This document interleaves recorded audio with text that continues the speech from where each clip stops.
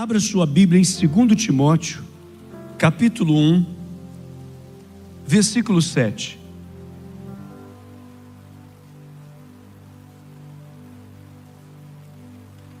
Segundo Timóteo, capítulo 1, versículo 7.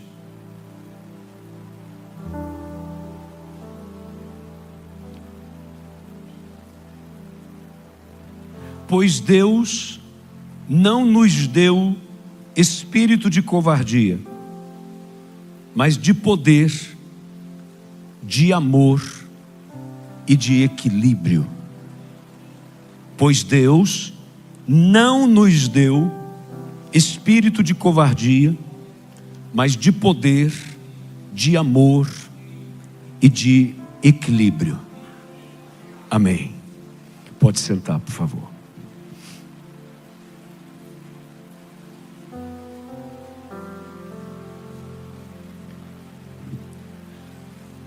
É muito comum usarmos este versículo e sempre enfatizarmos o fato da palavra de Deus transmitir esta verdade de que Deus nos deu, por exemplo, coragem, um espírito de coragem. Mas hoje eu quero enfatizar a última palavra desse versículo: equilíbrio. Nós estamos vivendo uma época de extremos. A coisa mais fácil de encontrarmos hoje são extremistas. Uma pessoa vivendo numa ponta de uma ideia ou vivendo na outra ponta dessa ideia. As pessoas estão cada vez mais assim, vivendo nos extremos. E a palavra de Deus, ela o tempo todo nos chama ao equilíbrio. Esse equilíbrio, em outras traduções também chamado de domínio próprio, é que vai fazer a diferença realmente na nossa vida. Esse equilíbrio, ele vai dosar qual é o meu comportamento, qual é a minha, escute bem, reação diante das coisas da vida. E é exatamente isso que faz a diferença nos resultados da nossa vida. A maneira como nós agimos é importante, mas a maneira como nós reagimos em muitas situações ainda é mais importante do que a própria ação. Como nós nos comportamos diante dos desafios da vida. E isso é uma coisa tão desafiadora que a palavra de Deus, no Evangelho de Mateus, no capítulo 10, no versículo 16, se você quiser só ouvir, eu vou ler para você. Mateus 10, 16, Jesus conversando com seus discípulos, preparando-os para uma jornada vitoriosa, disse assim: prestem atenção, eu os envio como ovelhas no meio de lobos, portanto sejam prudentes como as serpentes e inocentes como as pombas. Quando Jesus está dizendo isso aos seus discípulos, Ele está exatamente pedindo a eles que tenham o que, gente? Equilíbrio.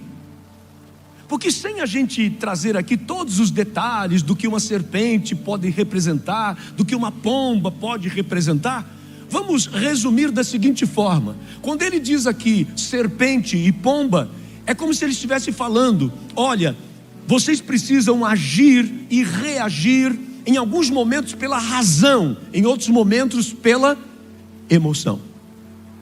Porque quando você pensa numa serpente, quando você pensa numa cobra, você pensa num ser que é sagaz, você pensa ali num ser que é esperto, pronto para dar o que, gente?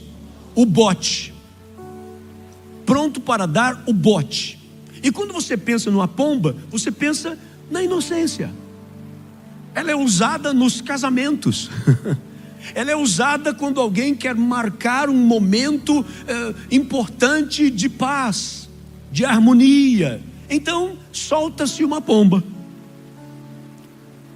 Porque é isso que ela acaba representando. Então, quando Jesus diz isso, vocês vão ser enviados como ovelhas no meio de lobos, Ele estava nos preparando para um mundo que é um mundo de muita gente esperta. E você, enquanto filho de Deus, não pode ir para este mundo de forma desavisado, apenas com os 2 dedinhos levantados. Paz e amor. Porque não existe isso. Faça paz e amor para o bandido que está com uma arma apontada para você.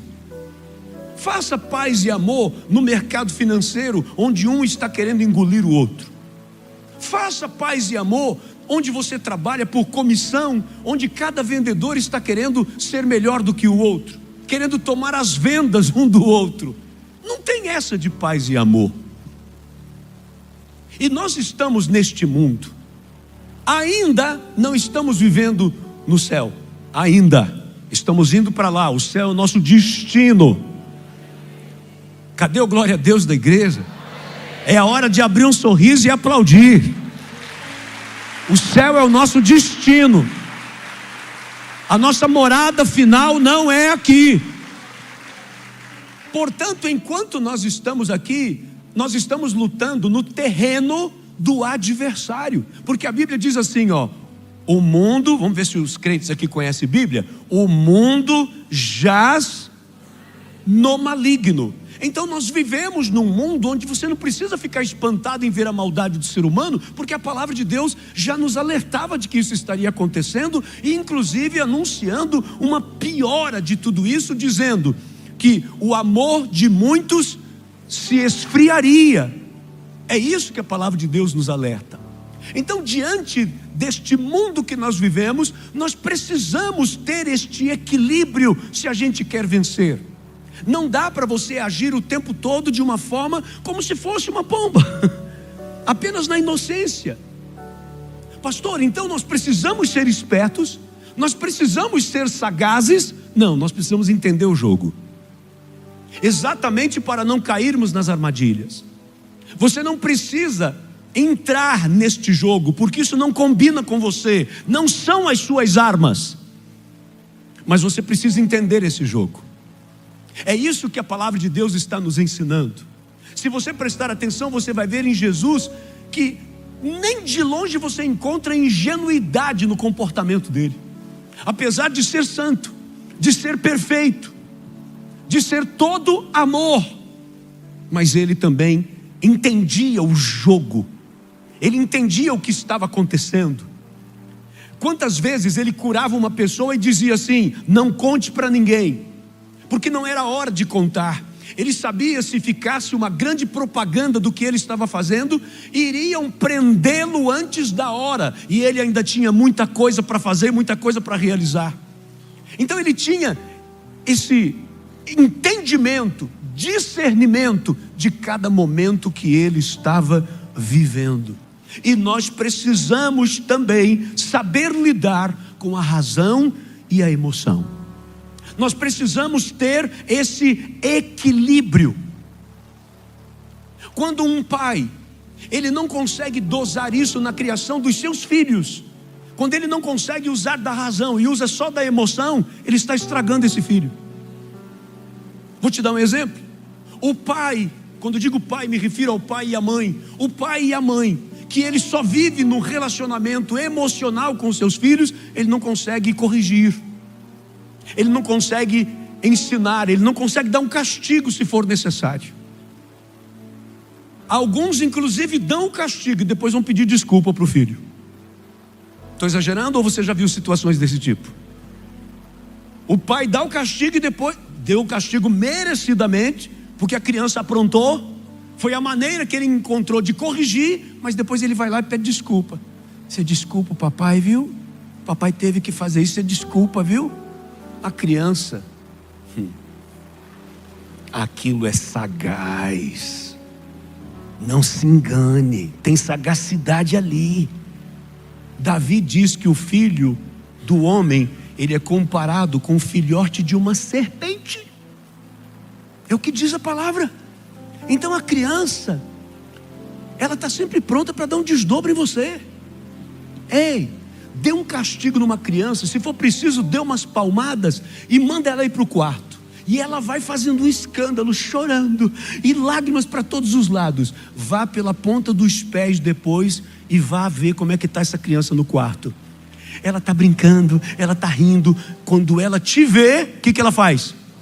Ela começa a chorar de novo. Ó. Então, até na criação dos nossos filhos, se nós não tivermos o que, gente? Equilíbrio, nós vamos estragar os nossos filhos. Em todos os demais relacionamentos é a mesma coisa. Portanto, o equilíbrio vai trazer para mim o entendimento de que se eu preciso ser duro, que seja. Se eu preciso corrigir, eu corrijo. Se eu preciso dizer não, eu digo não. Se eu precisar cobrar, eu vou cobrar. Isso tudo ligado exatamente ao sentimento que eu tenho. Por isso que a Bíblia traz um versículo que muita gente fica sem entender. Deus castiga aqueles que Ele ama. Porque exatamente porque Ele ama, isso é emoção, exatamente porque Ele ama, Ele também usa a razão e corrige, castiga, ensina, exatamente porque Ele ama. Amém? Portanto, nós precisamos ter esse entendimento. Como você tem agido na sua vida? Como tem saído respostas da sua boca? Tudo é sim? Tudo é não? Não. Existem momentos que o não é necessário. E com firmeza. Sem medo de ser mal interpretado, porque aí já entrou questão emocional. Eu queria dizer não, mas eu não consegui. Por quê? Porque você ficou com medo de ser mal interpretado. Você ficou com medo da pessoa deixar de gostar de você. Olha isso. Você ficou com medo da pessoa falar mal de você. Por isso você disse sim. Isso é o quê? É emocional ou não é? É emocional. Você não falou a verdade para aquela pessoa. Você não disse que você estava triste, chateado com ela. Você não disse que você estava magoado. Você está atrapalhando esse relacionamento. Você está impedindo esse relacionamento de ser firmado em uma verdade. Porque você não está tendo firmeza para olhar nos olhos dessa pessoa e dizer: eu não estou feliz com você. Eu não estou contente com o que você está fazendo comigo. Eu não aprovo isso que você está fazendo. Mas para fazer isso, eu tenho que ser racional. É impressionante como às vezes pessoas, líderes, de fora de um meio cristão como o nosso, fora do entendimento bíblico, entende isso e às vezes nós não entendemos. Tem um técnico de futebol, por sinal técnico do meu time, Abel Ferreira, um português. Um técnico que está sendo muito bem sucedido aqui no Brasil. Essa frase dele ficou famosa para o time. E ele faz isso para o time o tempo todo enquanto o time está jogando. Às vezes dá certo, às vezes não. Mas ele defende isso. Cabeça fria, coração quente. Quem já ouviu isso? Muitos já ouviram, né? Ficou famosa essa frase dele. Cabeça fria, coração quente. O que ele está querendo dizer? Que o time jogue com o coração, mas tenha juízo na maneira de jogar. Seja racional. Entenda como deve ser feita a jogada naquele momento. Se é com rapidez ou se o time está ganhando e você tem que ir mais devagar. Isso é racional. Se o seu time está ganhando, você deve prender a bola lá no campo de ataque, não no campo de defesa. Não é chegar correndo como um doido para querer fazer outro gol, porque você pode dar chance ao teu adversário do contra-ataque e você tomar um gol. Por isso é que ele fala cabeça fria e coração quente. Isso que ele está falando para os jogadores é um assunto futebolístico, é uma coisa do esporte. Na verdade isso é uma lição para a vida, que ele não está sendo o primeiro a dizer. A Bíblia já está nos ensinando sobre a importância de sabermos dosar isso. Eu não posso ser uma pessoa também dura demais. Eu tenho que saber a hora do abraço. Eu tenho que saber a hora de, arrefecer. Eu tenho que saber a hora de olhar para os olhos de alguém com carinho. E a hora de olhar para os olhos de alguém com dureza e até com reprovação, se for preciso. Aquela pessoa que consegue dosar isso e colocar isso na hora certa, do jeito certo, você não tenha a menor dúvida que essa pessoa está na dianteira de todos os demais na vida. E eu quero te mostrar isso dentro de uma história. E interessante que essa história é justa a história de uma mulher. Mas eu não quero que você olhe para o gênero, se é uma mulher que agiu dessa maneira ou se deveria ser um homem, não importa. É apenas a lição de uma pessoa que soube ter equilíbrio. Prepare-se para a gente ler um texto um pouquinho longo, mas uma história muito interessante, por favor. Abra sua Bíblia em 1 Samuel capítulo 25. 1 Samuel capítulo 25. Diga assim comigo, ó. Fala comigo, Senhor. Amém. Mente aberta, tá? 1 Samuel capítulo 25. Se você tiver sem Bíblia, tiver alguém com Bíblia do teu lado, quero até que você acompanhe a leitura, porque a gente não vai ler tudo de uma vez não, tá bom? A gente vai parando, vamos fazendo umas paradas nas estações de lições importantes para nós aí. Vamos lá, do versículo 2 em diante. Certo homem de Maom, que tinha seus bens na cidade de Carmelo, era muito rico. Esse homem era o que, gente? Muito rico. Possuía 1000 cabras e 3000 ovelhas, as quais estavam sendo tosquiadas em Carmelo. Só um detalhe, todas as vezes que havia uma tosquia, era uma época de festa. Quando chegava a época da tosquia, era a mesma coisa de um agricultor quando chegava a época da colheita. Então era um momento de festa, de celebração. Possuía 1000 cabras, 3000 ovelhas, as quais estavam sendo tosquiadas em Carmelo. Seu nome era Nabal, e o nome de sua mulher era Abigail, mulher inteligente e bonita. Mas seu marido, descendente de Caleb, era rude e mau. O que a gente percebe aqui? Está falando que uma era inteligente, e está falando que o outro era rude e mau. Você está diante de uma pessoa sábia e de uma pessoa nécia. Até pelo significado dos nomes, Abigail significa alegria do pai. Ou seja, e esse pai é o pai dela mesmo, não é o Senhor Deus. Então ela nasceu e trouxe alegria para o pai. Nabal significa insensato. Meu Deus, é a alegria vivendo junto com o insensato. No deserto, Davi ficou sabendo que Nabal estava tosquiando as ovelhas. Por isso enviou 10 rapazes, dizendo-lhes, desculpe gente, mas eu preciso fazer essa interrupção só para te lembrar do seguinte: Davi neste momento ele era um líder de muitos homens fugindo do rei que queria matá-lo. Então ele tinha muitos homens. Os homens que andavam com Davi eram conhecidos como os valentes de Davi. Pelo menos 600 homens estavam junto com ele. Era um pequeno exército que ele tinha, tá? No deserto, Davi ficou sabendo que Nabal estava tosquiando as ovelhas. Por isso enviou 10 rapazes, dizendo-lhes: levem minha mensagem a Nabal em Carmelo e cumprimentem-no em meu nome. Olha a educação dele. Digam-lhe: longa vida para o Senhor, muita paz para o Senhor e sua família, e muita prosperidade para tudo que é seu. Sei que você está tosquiando suas ovelhas. Quando os seus pastores estavam conosco, nós não os maltratamos, e durante todo o tempo em que estiveram em Carmelo, não se perdeu nada que fosse deles. Pergunte a eles, e eles lhe dirão. Por isso, seja favorável, pois estamos vindo em época de festa. Por favor, dê a nós, seus servos, e a seu filho Davi, o que puder. Gente, está bem claro?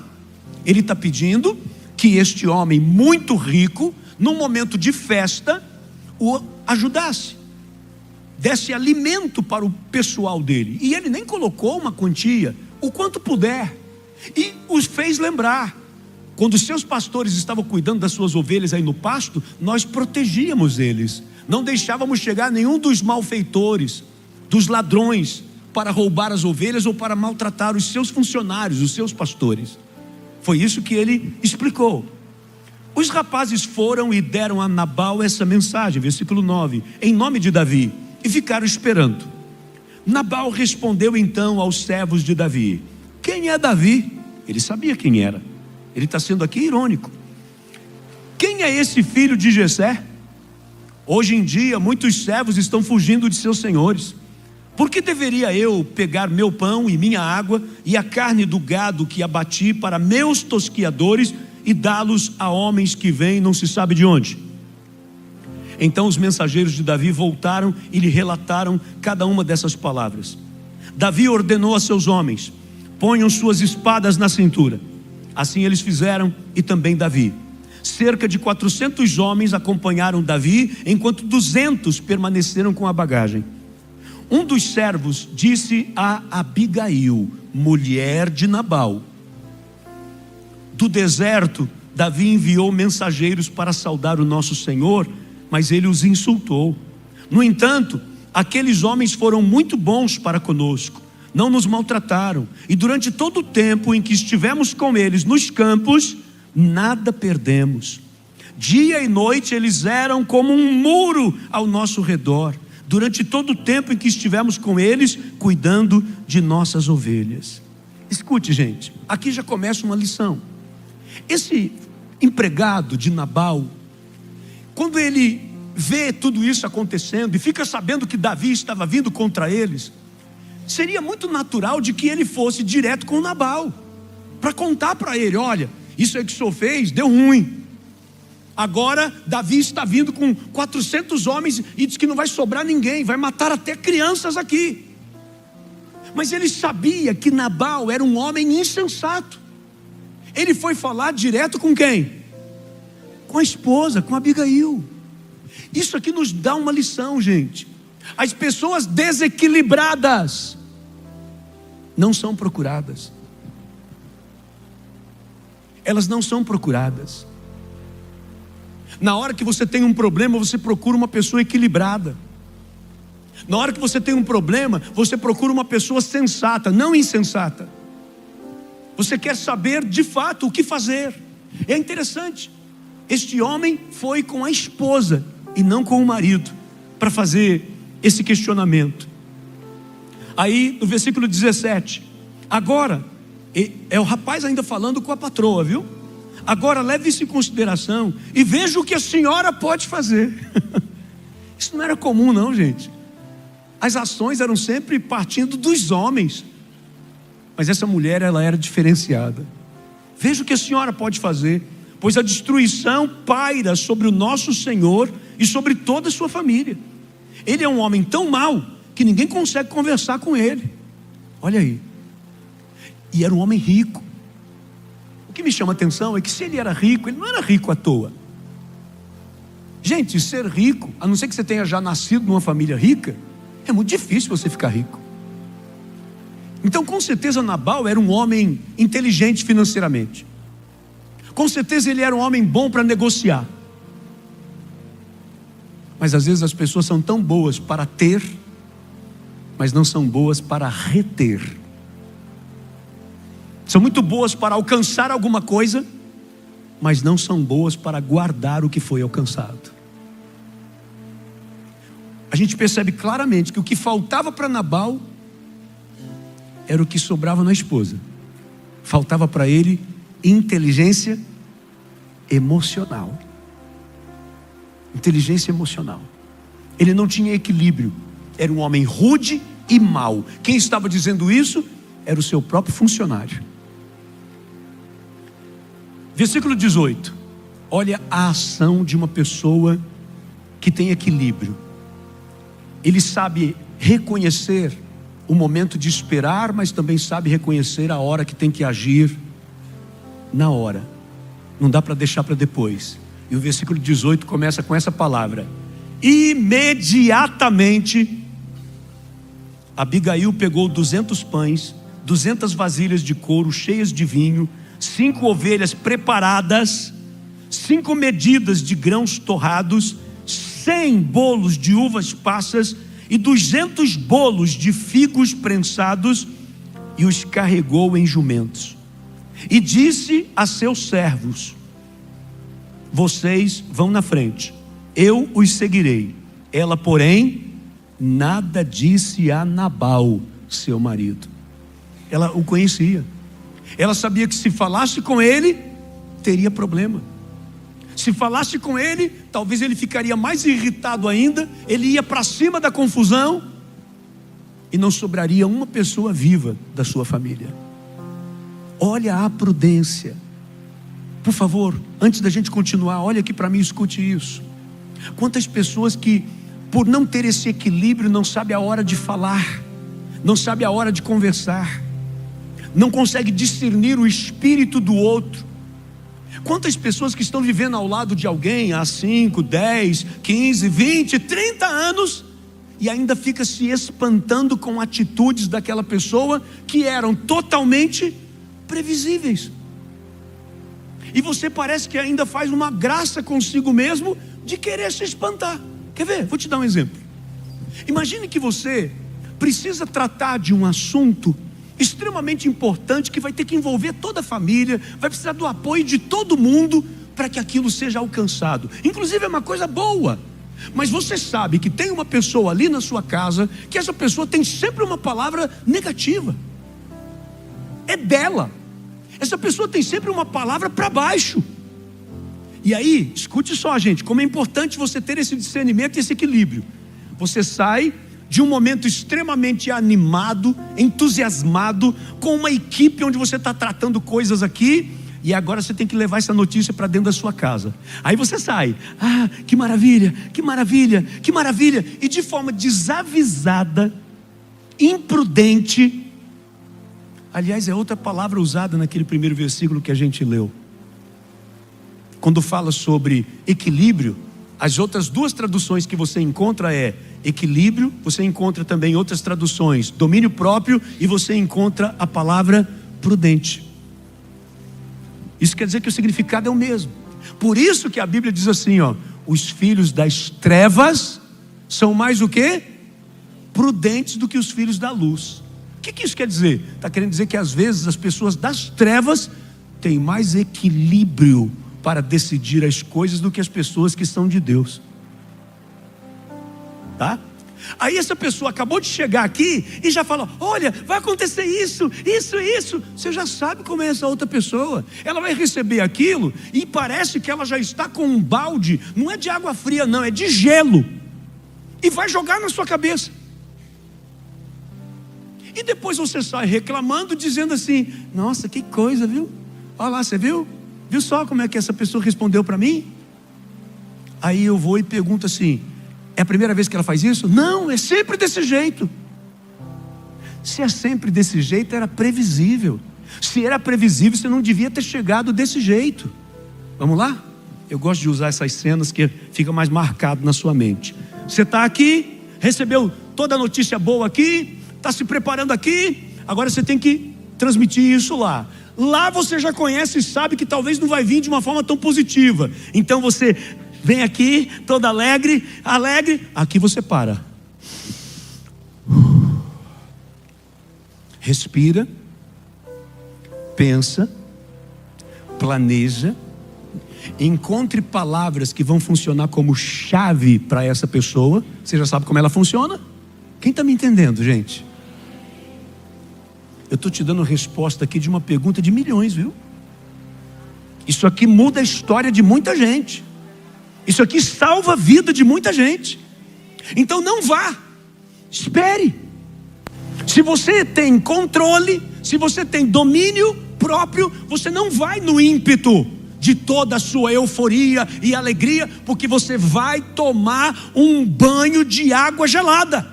Então não vá, pare, respire, tire essa cara de muita alegria, porque existem pessoas que se incomodam com a sua felicidade, existem pessoas que se incomodam com a tua alegria. Então você está com a notícia maravilhosa aqui por dentro, o coração está em festa e o peito a gargalhar, mas o teu semblante fica normal. Aí você fala: olha, a gente estava conversando ali, tomamos uma decisão sobre algumas coisas, mas eu dependo muito, inclusive, da sua aprovação para isso. Você é fundamental para que isso dê certo. O que você acha? Você mudou tudo. Nesse momento, essa pessoa primeiro vai se sentir o quê? O quê? Importante, valorizada. E você já deu uma quebrada nela, porque a cara feia que ela poderia fazer, você já fez por ela. É sério. Você já quebrou, você já tirou a graça. Se essa pessoa é do contra, e muitas são, é capaz dela falar: nossa, era para você estar feliz. Aí você fala: ah, é? Então vamos ficar felizes. Mas por dentro você já estava. Só que com essa pessoa não funciona desse jeito. O que eu estou te falando está relacionado a um equilíbrio emocional. Para de ser infantil. Sabe o que é infantilidade?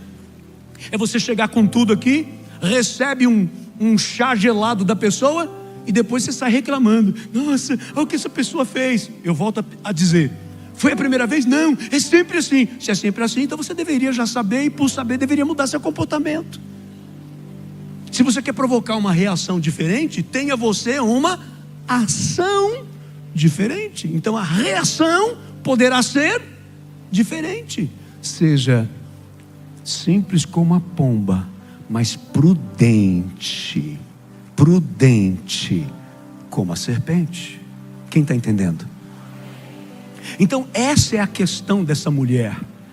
Ela sabia quem era o marido, então ela não foi falar com ele. É mais ou menos assim, ó: já conheço a peça.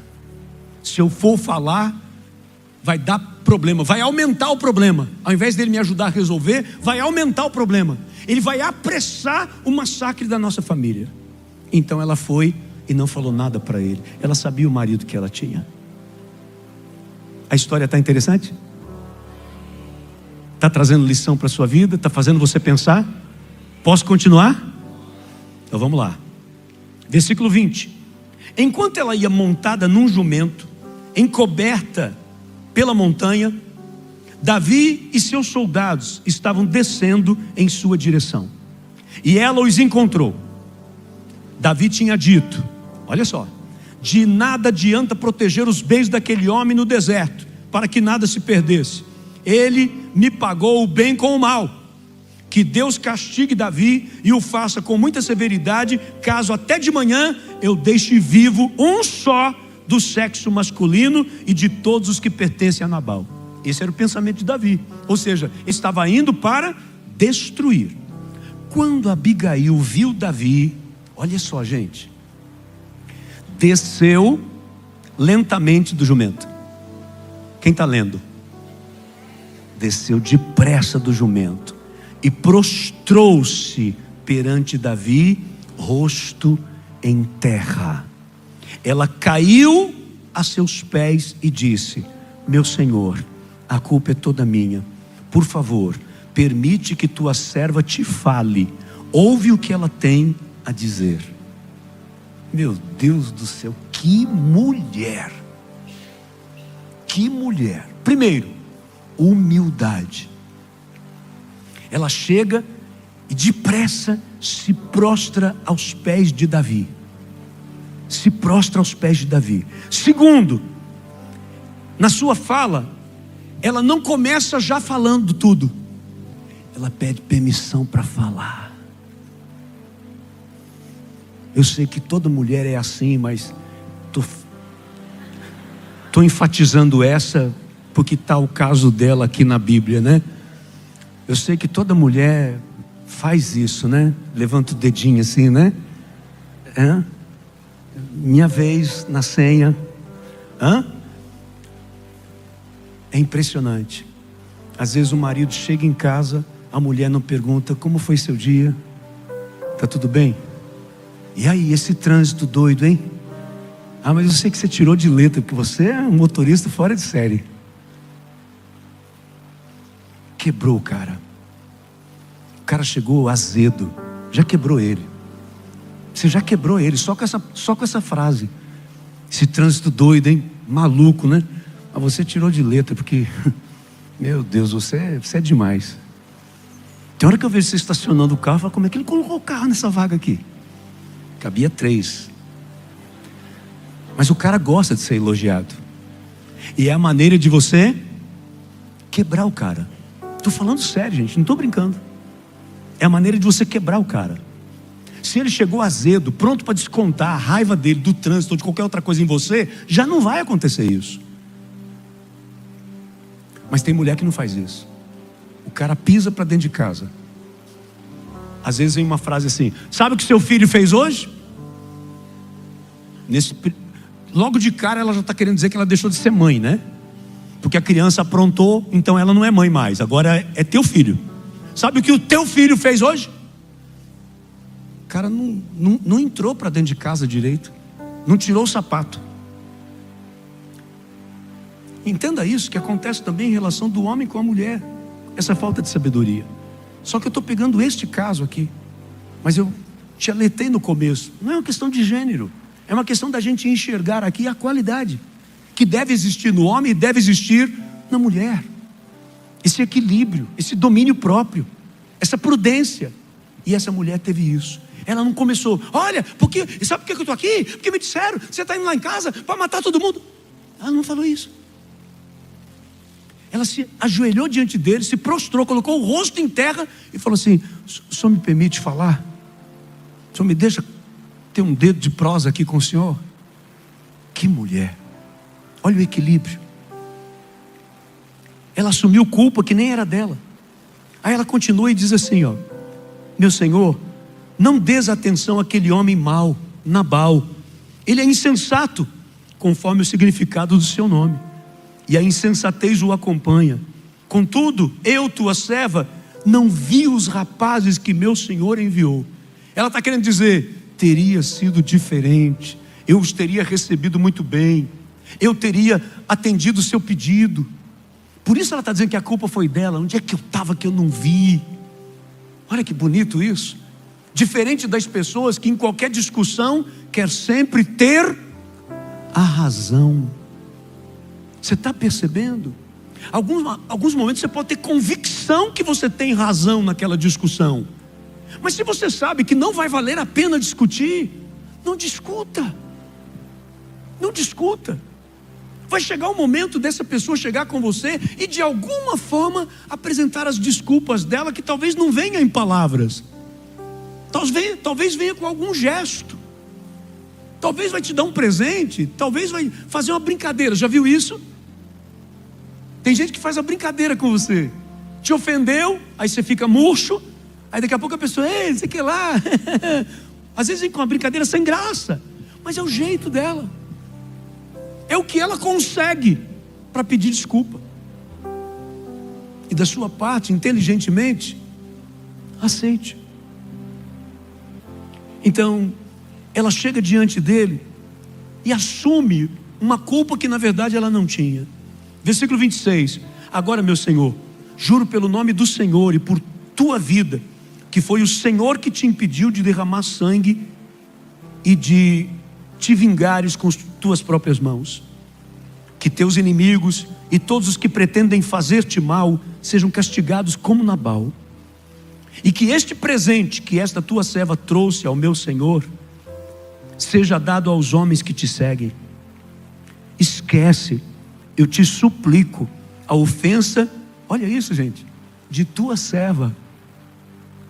Olha que mulher inteligente. Ela está fazendo ele tirar a imagem de Nabal da mente dele e colocar a imagem dela. A Bíblia disse logo no começo que ela era uma mulher inteligente e muito bonita. Ela está tirando a imagem de Nabal e colocando a imagem dela na mente de Davi naquele momento. Davi só pensava num homem sentado e dizendo: não vou dar nada para esse povo, não. Era isso que ele tinha em mente. Quando ela trouxe a culpa para ela, Nabal saiu da história. Agora ele começa a pensar em que ele estava indo fazer mal para a família daquela mulher gentil, humilde, mansa, que estava diante dele. ela está trabalhando a cabeça de Davi. E vai continuar, quer ver? Deixa eu ver se eu encontro aqui onde eu estava. Versículo 27. Que este presente, 28. Esquece, eu te suplico, a ofensa de tua serva, pois o Senhor certamente fará um reino duradouro para ti, que travas os combates do Senhor, e em toda a tua vida nenhuma culpa se ache em ti. Ela está querendo dizer que o que ele ia fazer era errado. Era errado, mas ela não usou essa palavra. Mesmo que alguém te persiga para tirar-te a vida de meu Senhor estará firmemente segura, como a dos que são protegidos pelo Senhor, o teu Deus. Mas a vida de teus inimigos será atirada para longe, como por uma tiradeira. Quando o Senhor tiver, olha essa agora, gente. Quando o Senhor tiver feito a meu Senhor todo o bem que prometeu, e te tiver nomeado líder sobre Israel. Nessa hora, acho que Davi... Estão me reconhecendo como rei aqui. Alguém está me vendo já como rei. Olha o que ela fez. Ela mexeu com o ego dele. Ela declarou aqui que estava vendo ele como rei. Meu Senhor não terá no coração o peso de ter derramado sangue desnecessariamente, nem de ter feito justiça com tuas próprias mãos. E quando o Senhor tiver abençoado a ti, lembra-te de tua serva. Davi disse a Abigail: bendito seja o Senhor, o Deus de Israel, que hoje a enviou ao meu encontro. Ele já estava nessa hora aqui caidinho estava. Seja você abençoada pelo seu bom senso. Posso usar outra palavra? Pelo seu equilíbrio, pelo seu domínio próprio, pela sua prudência. Seja abençoada. E por evitar que eu hoje derrame sangue e me vingue com minhas próprias mãos. De outro modo, juro pelo nome do Senhor, o Deus de Israel, que evitou que eu lhe fizesse mal, que se você não tivesse vindo depressa, se não tivesse vindo o que, gente? Está lembrando? Imediatamente desceu depressa do jumento. Ela teve pressa para resolver as coisas. A pessoa sábia, ela entende quando está diante de coisas que são urgentes, que não pode esperar. Amém? Viu? Você que está esperando a hora de aceitar Jesus, você que está esperando a hora de se batizar, seja sábio. Seja sábio. Não espere mais. Não deixe passar da hora. Ah, meu Deus, se você não tivesse vindo depressa encontrar-me, nenhum só do sexo masculino pertencente a Nabal teria sido deixado vivo ao romper do dia. Então Davi aceitou o que Abigail lhe tinha trazido e disse: vá para sua casa em paz. Ouvi o que você disse e atenderei o seu pedido. A mulher salvou a casa dela, salvou a família, salvou os bens, porque ela teve equilíbrio. Irmãos, quantas mulheres numa situação como essa é capaz de chegar no marido e falar assim: ah, você fez bem, seja bobo não, isso, em frente mesmo. Eu já vi isso numa cena de trânsito. Um homem desceu para brigar com o outro e a mulher ficou incentivando. E o marido tomou um tiro e morreu. Incentivado pela mulher. A mulher o empurrou para a morte. Versículo 36, para a gente encerrar. Quando Abigail retornou a Nabal, agora a história fica super interessante. Quem já conhece, conhece. Quem não conhece vai se espantar com o final dessa novela aqui. Quando Abigail retornou a Nabal, ele estava dando um banquete em casa. Lembra? Era tosquia, né? Como um banquete de rei. Ele estava alegre e bastante bêbado. E ela nada lhe falou até o amanhecer. Olha, de novo a mulher encontrando a hora certa para as coisas. O cara estava o quê, gente? Bêbado. Era a hora dela falar alguma coisa? Ela ficou calada. De manhã, quando Nabal estava sóbrio, olha só, sua mulher lhe contou tudo. Ele sofreu um ataque e ficou paralisado como uma pedra. Cerca de 10 dias depois, o Senhor feriu Nabal e ele morreu. Abigail ficou rica.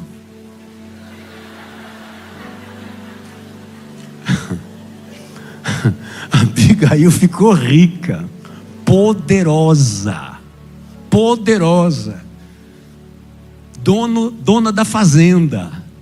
Ela ficou poderosa.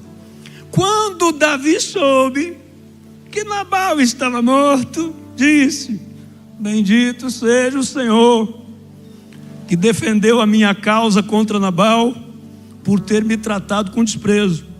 O Senhor impediu seu servo de praticar o mal, e fez com que a maldade de Nabal caísse sobre sua própria cabeça.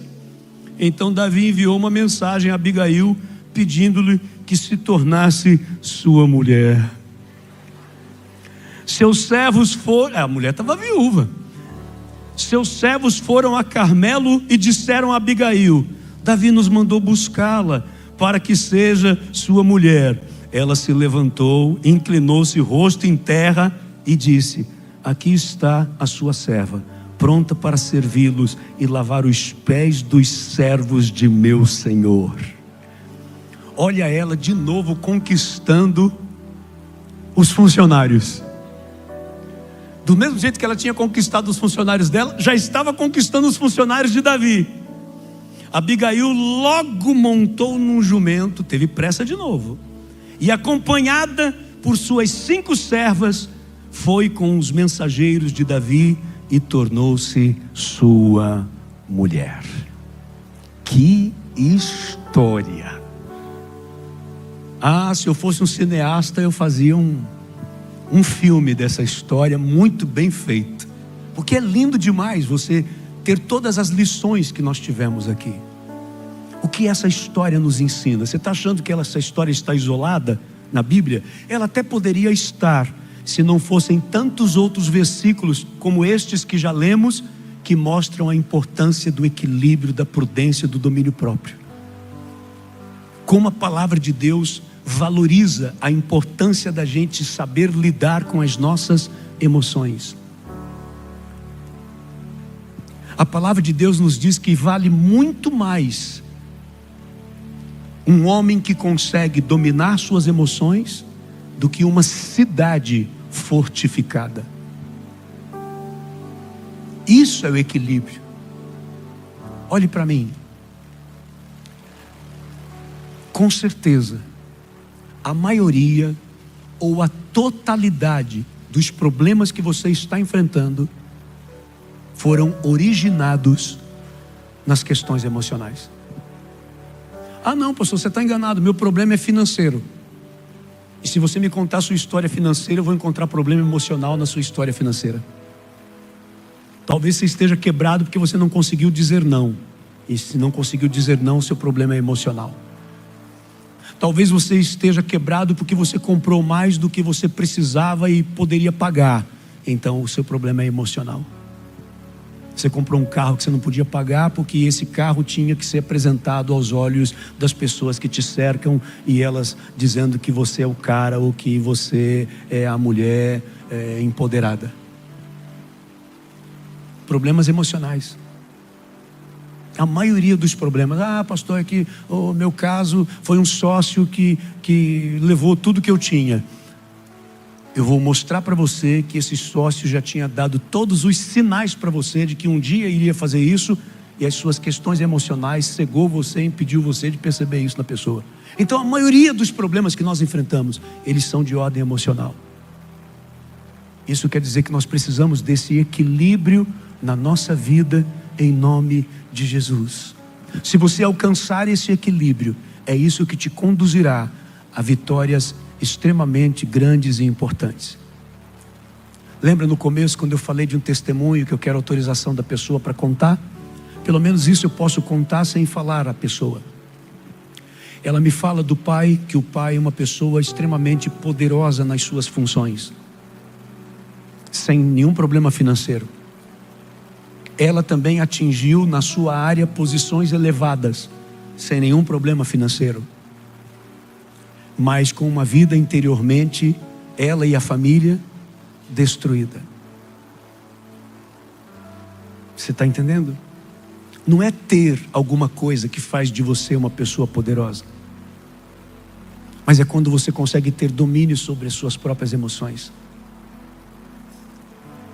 A falta de domínio das suas emoções é que te leva ao pecado. Quer que eu te mostre isso na Bíblia? Que o problema é mais emocional do que as pessoas imaginam? Olha o que diz a palavra de Deus em Tiago. Tiago, capítulo 1. Tiago, capítulo 1. Versículos 13 em diante. Quando alguém for tentado, jamais deverá dizer: estou sendo tentado por Deus, pois Deus não pode ser tentado pelo mal e a ninguém tenta. Deus não tenta você. Cada um, porém, é tentado pelo próprio mau desejo. Desejo está instalado onde na gente? Na alma. É emocional. Cada um, porém, é tentado pelo próprio mau desejo, sendo por este arrastado e seduzido. Porque faltou o quê? Me ajuda, gente. Faltou equilíbrio. Faltou domínio próprio. Por isso foi arrastado, seduzido pelo próprio desejo. Então esse desejo, tendo concebido, dá à luz o pecado. E o pecado, após ter se consumado, gera a morte. Então por onde entra o pecado na vida da pessoa? Pelas suas emoções.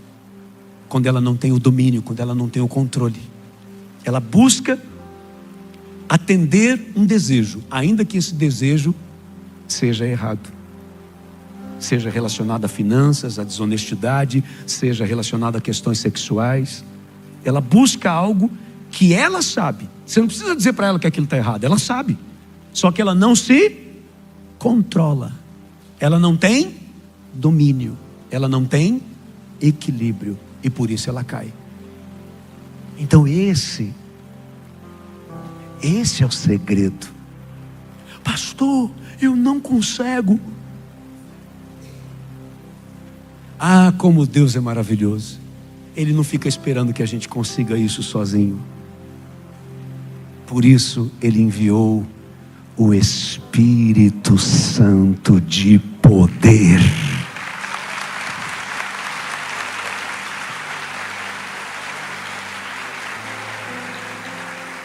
Pois Deus não nos deu um espírito de covardia, mas de poder, de amor e de domínio próprio. Olha o poder aí. Então, por esse poder que Ele nos dá, é que nós vamos conseguir alcançar este equilíbrio e este domínio próprio. E ele vai ser aplicado em toda a sua vida, em todas as áreas da sua vida. Na sua vida financeira, equilíbrio. Na sua vida conjugal, equilíbrio. No seu namoro, equilíbrio. Quer ver uma coisa? A falta de equilíbrio em namoro, um gosta demais, o outro gosta. Isso não vai dar certo, vai dar ruim. Porque um gosta demais, o outro gosta. Não vai dar certo. Um é chicletinho, o outro é nojinho. Não vai dar certo. Porque os sentimentos não estão equilibrados. Espera, viu? Um dia o nojinho vai chegar com o chicletinho e vai falar: não dá mais. E o problema não é você, sou eu. E tchau. E você vai ficar a ver navios.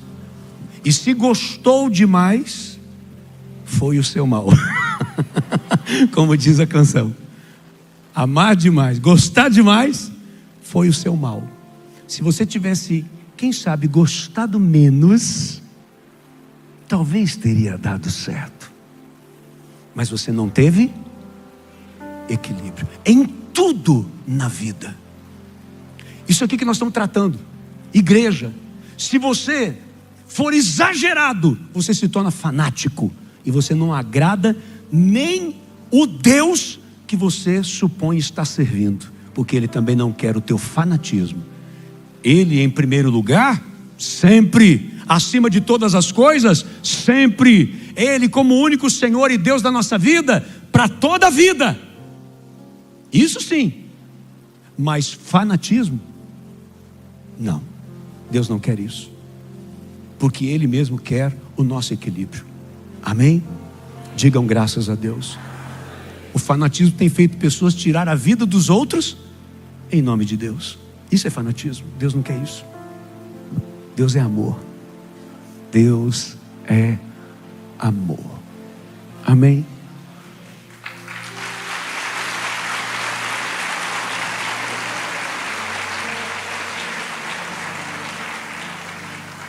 Fique em pé no teu lugar, por favor.